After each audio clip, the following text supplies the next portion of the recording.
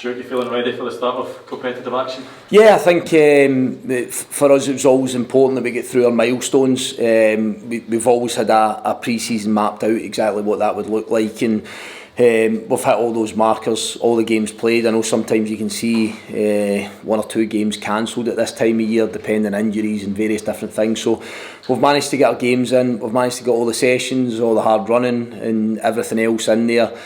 I always stress that it's a tough window of opportunity because it's so cramped in. You know, we're trying to get those fitness levels as quick as we can, but I suppose knock-on effect is it's not a long break, is it? I think it's slightly longer, maybe a week longer than it was last year. So we take the positives from that the players get an extra week's rest. But no, I'm really positive and looking forward to the game on Saturday. How tough are these games to balance? Because it's still, I assume, trying to get the right minutes in the legs for the players, still trying to do transfer business. Some players might still leave, some might still come in. Yeah, those aspects sometimes, like say transfers and stuff, can't be controlled. So I think all it is ever is just to try and devise a plan and set ourselves up exactly what's right for us, not exposing players to risks that's not necessary. So again, as you rightly say, playing somebody for 90 minutes that's carrying a knock or maybe hasn't been exposed to that 90 minutes already so far in the season would be naive, so we have to balance that. But I can safely say that everyone that's fit and available at this minute in time, I believe, can play 90 minutes. So from there it starts to become more of an orthodox kind of league set up in my mind, as in if I feel that somebody looks fatigued and tiring, then you make a change, or if we feel that tactically we need to do something different or we need to freshen something up in a particular area, then that's exactly how I'll approach it. So I think that everybody that is fit and available has done pretty much every session, been involved in all the games, got good minutes in the legs, including Tuesday there, to make sure that we had that extra day. We took the game on the Tuesday rather than the Wednesday. So no, we're in a good place, but I still have that 5 or 6 niggles in pretty important players and guys that I see having a real good impact here that are missing at this point. Some good experience there, some good quality. So as ever, this is where us managers start to get a bit frustrated that you want these guys out on the pitch and we want our supporters watching them, we want to see them contributing. But again, we can rest assured that we're doing all the work that we possibly can to turn that around as quick as possible. No Theo, of course, but how much do you think he'll benefit from just the experience of being away at a big tournament like that? Yeah, we'd hoped he would obviously get some sort of opportunity. It's not a criticism, the manager there, Jesse Marsh, will look and pick his best team and put the players in that he thinks is relevant to particular games, same way every other manager does. I think just purely from a selfish point of view with the relationship with Theo, we wanted to see him exposed at the absolute top level, which that would be. But I've no doubt in my mind, through speaking to him as I have done over recent weeks and days, then he's enjoyed the experience and trying to integrate and bed himself back into that national setup, and he knows that he can only take care of his business. So when given the opportunity to play, to try and impress people, to show the improvements that he's undoubtedly made over the last year or so, but that's not the end of the story. He needs to keep doing that as well. So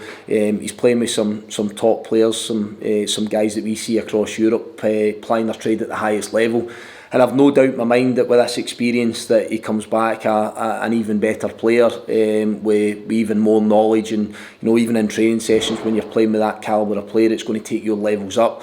But I think what's most important for Theo now is that he gets a rest. I think you underestimate that. Season finished, been away with Canada, a couple of friendlies as they did have, then obviously the Copa America. It's been a long stint for him, so he needs a rest, he needs a recovery to try and put himself in the best possible place for the new season. How do you assess the work you've done so far to the squads? I'm happy with it. I'm happy in the fact that I got a good chunk of players in early doors, which obviously gives us a chance to work with them. I keep stressing how important that is.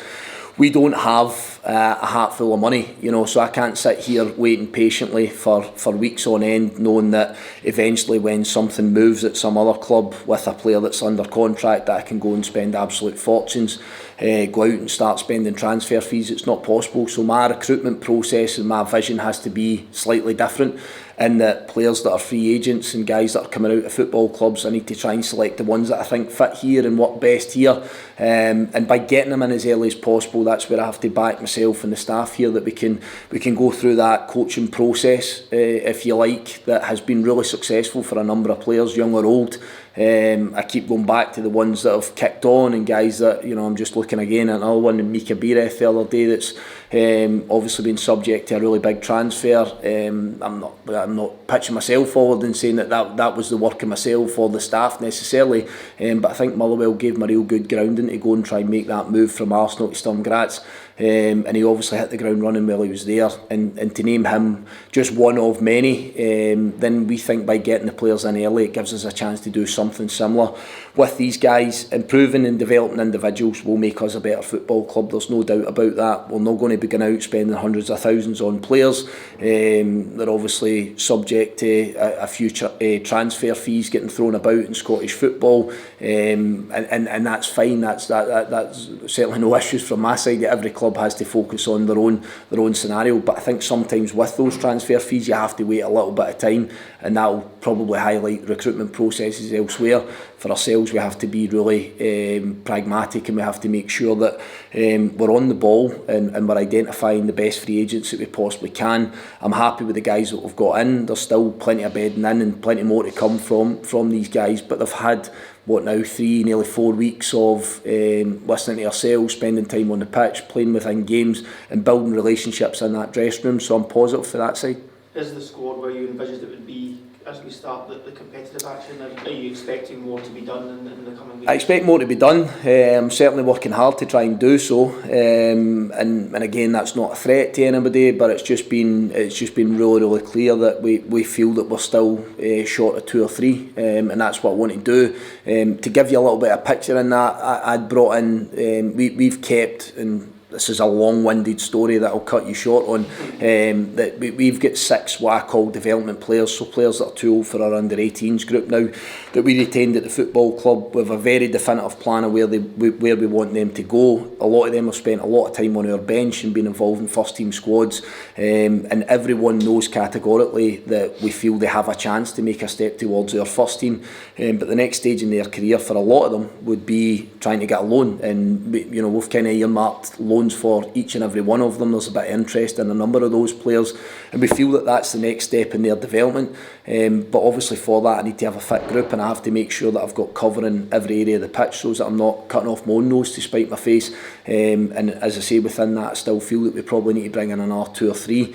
The system in this country probably for me then has us making decisions on players coming out in an under-18s group as to whether they're good enough to play in a first team. Sometimes they're not quite ready at that stage, so that was why we went through that kind of methodology. We can't afford to run a reserve team at the football club, so it's what I'm kind of calling my development group of academy graduates essentially that are here. They need that loan system to try and find out whether they can make that jump, but obviously within that I need to have a fit group, and I need to try and bring in 1 or 2 other players, and until I can do that I probably need to keep some of these guys at the football club, because you'll have seen them playing plenty of game time for us over the pre-season, but I'm hopeful again tidying up some of the injuries, maybe a couple more fresh faces in here will just allow that process to take place. Just touching on Theo Bair again, I assume it goes without saying that you want to reap the rewards of that experience he's getting this summer and you want to keep him here? I've always been very, very clear on that we've done a heck of a lot of work to get Theo to the football club this time last year. We've done an awful lot of work with him here whilst he's been at the football club. We feel we've shown him a lot of faith and a lot of trust. We have a brilliant relationship with him. Everybody does here at the football club. He's a gem of a guy, but he's repaid us as well. That works both ways. But I've always said that situation's out with my control. I want him at the football club. I would love to have him here this season and beyond. But being very transparent on it. If people are offering big numbers for the likes of Theo Bair or anybody else at this football club, then we are a selling football club. We want the best players here at Motherwell. We want to make sure that we're as strong as we possibly can be. But when transfer fees have been thrown out there and subject to 1 or 2 offers that have been put across, then quite clearly Motherwell have to sit up and listen, because that becomes part of our business plan. That becomes part of what we have to be as a football club, and have been for many years. I need to stress that as well. Been so many players that have come through the doors here that have been sold on for real good value, and what the club deems as good value for the player, and that's something that's going to continue moving forward. Another one that's garnered a wee bit of speculation this week is Lennon Miller, I think Rangers are the latest one in the paper. Do you foresee that speculation continuing up until the window closes? I see speculation continuing on someone that's an outstanding footballer. I've never been shy from mentioning that with Lennon. You know, clubs will be linked with him continuously. They have been since he's been a young kid as well. You know, he's been linked with umpteen clubs down south. We signed him in a longer term deal for a reason. We got buy-in from his parents and his family, his agent, Lennon himself, because he knows that this is a brilliant place for him to play. We trust him, we play him. He's gaining valuable experience every day, but he's getting better and better every single day. And I think it's just really exciting for Motherwell to have such a talent at the football club, and for the fans to see a lad at 17. I know we're looking at the Euros just now, and 16-year-olds are scoring wonder goals. But I think to see someone in Lennon Miller that's still 17, that I think has now maybe just over 40 appearances for us is pretty special.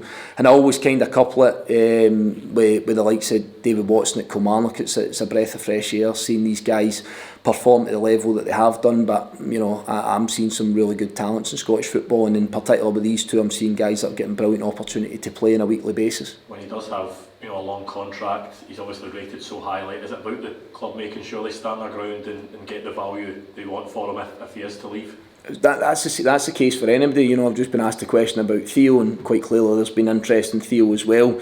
It's always going to be based on what we value the football player, what we value the player. That's the most important thing to the football club.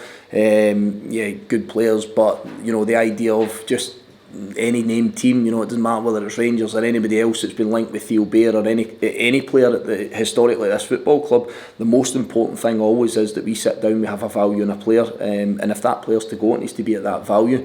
You know, bigger clubs coming in and telling us that they want our player and we've just to roll over is never going to be a thing. So I don't wish any of these guys' career away from Motherwell, but as I say, if that situation happens, and it has many times here, then it always has to be at the value of what the football club set. It's not what the potential buying club decides they want to pay. Just on the topic of Rangers, you obviously played them early on in the season. There's been talk about their stadium. It looks today as if it's going to be handed, that they're going to play their games at. Have you looked into how that impacts you as a club at all, as you're one of the impacted parties? Not at all, no. I think I was asked this question hypothetically a couple of weeks ago because we didn't quite know exactly what that would look like and where that was going to be. A number of things mentioned. Murrayfield was one that was thrown in there. Hampden obviously thrown in there. It doesn't change anything for me at all. You know, they're certainly not sitting here firing shots at anybody because of a situation. Very simply, on the given date, we'll have to play against Rangers. Anytime we do, they're a good side, and it's always a difficult day. It's always a tough game. But you know, you're going to a place that I know very well. Played a lot of games there. Certainly my days at Queen's Park. You're going to one of the best stadiums in the country, and what will be a big crowd, and all these different factors that are always involved in it. But I don't really focus on the surroundings too much. I focus on what's on the pitch. So no excuses from our side of it. No change in our mindset and our mentality. But we've got a few hurdles to cross before we get to that one. Can I ask about your injury situation and then coming back for this weekend when he wasn't available? Possibly not. Maybe Zach Robinson would be the one that didn't play last Saturday. Got a few minutes the other night, so we're hopeful that he's getting back, taking a full fitness, and he'll be available. And out with that, we're hoping to kind of get Ross Callaghan and Paul McGinn back running today. But obviously, there's going to be a few steps and stages they need to go through before we can actually start playing them. But again, it'll be a wee bit more positive to get them back out running for me today. With Johnny Katrunbis, have you had any sort of diagnosis and how long he's potentially about? Yeah, he's going to be out for a couple of months anyway.